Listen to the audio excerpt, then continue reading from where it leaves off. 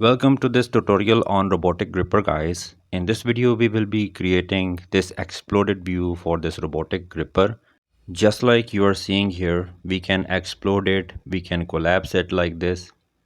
And if you want to make this robotic gripper in SOLIDWORKS, I have already created the playlist in which I have made the separate parts and the assembly in SOLIDWORKS as well. I will provide the link for whole playlist in description. So let's begin. We can change the transparency of these plates because by changing the transparency of these plates, we can see the inner parts as you can see.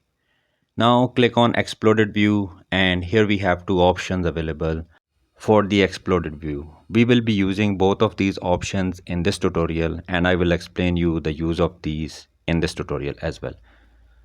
So now you have to select the very first option and then you have to select all of these pins attached to the plate on one side of the gripper, and if by chance you have select any other part, you can delete it.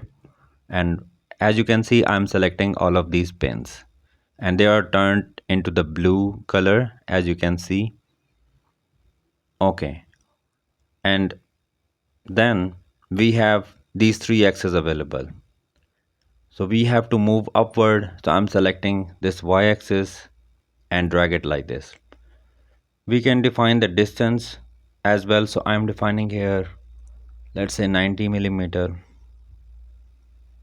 We can change this distance. So 90 millimeter looks fine.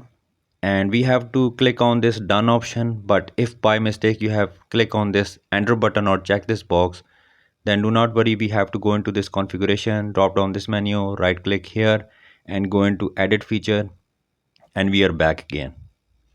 Now we have to select all of the pins on the other side. So on the other side of the gripper we have all of these pins, so we have to select all of these pins, and after selecting all of these pins you have to move it in the upward direction. And as you can see, all of these pins have been selected. Now rotate it like this, and now we have to move it in this direction by dragging the y-axis up, and we can define this distance. This is up to us. We can define any distance which is appropriate, and then we have to click on done. Okay, and now the next step is to move this motor attachment on this side. By the way, you can drag any of the component in any sequence you like. Okay, I'm clicking on done, and on next step, now this time I'm selecting these aligners. Oh, we are left with the pin, so I'm selecting this pin this time and I'm dragging it down, and here I'm assigning 90 millimeter as the distance away from the gripper. Okay, and then click on done, and now this time it's better to remove these aligners. So I'm clicking on these aligners, and we can either move upward or downward, so it's better to move upward like this. And here you can specify a somewhat lesser distance so that we can differentiate between the pins and the aligners, as you can see it from here. Now this time I'm using this second option and I'm going to select these plates, and as you can see, this is by the way the use of the second option. The parts move away in opposite direction. We can specify the distance like this and click on done. So we can adjust this distance manually. Okay, and now I think it's time to move away these clamps. So I'm selecting the clamps on one side. So as you can see, we have the gripping element on one side, we have clamps, on the other side we have clamps as well. So I have moved the clamps on one side first, and then I'm moving the clamps on the other side of the gripping element like this, and I can define the distance similar to the previous one and click on done. And now I think this is the time to move these gripping elements, as you can see. So it's better to move in the x-axis rather than the y-axis. So I am selecting this axis and dragging it to the left side, as you can see, and we can define the distance here as well. Okay, click on done.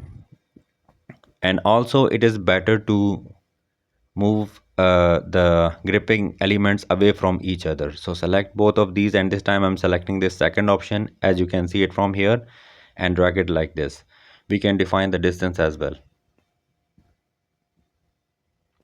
And now we are only left with the gears. So I'm selecting both of these gears, and we can separate these out by selecting the second type of in the exploded view, and we can define the distance as well. Okay, so now as you can see, all of the gripper elements are separated, and we can check this box on press enter button. And now we can, in this configuration, we can right click here on this exploded view. We can click on this collapse button, right click here, explode, and then right click here again and click on animate this time. So this is fast animate. We can make it slow as well. Let me make the isometric view. We can play it from here, and this is collapsing, but this is relatively faster. We can make it slow from here. Click here, and now as you can see, this is collapsing in a slower rate.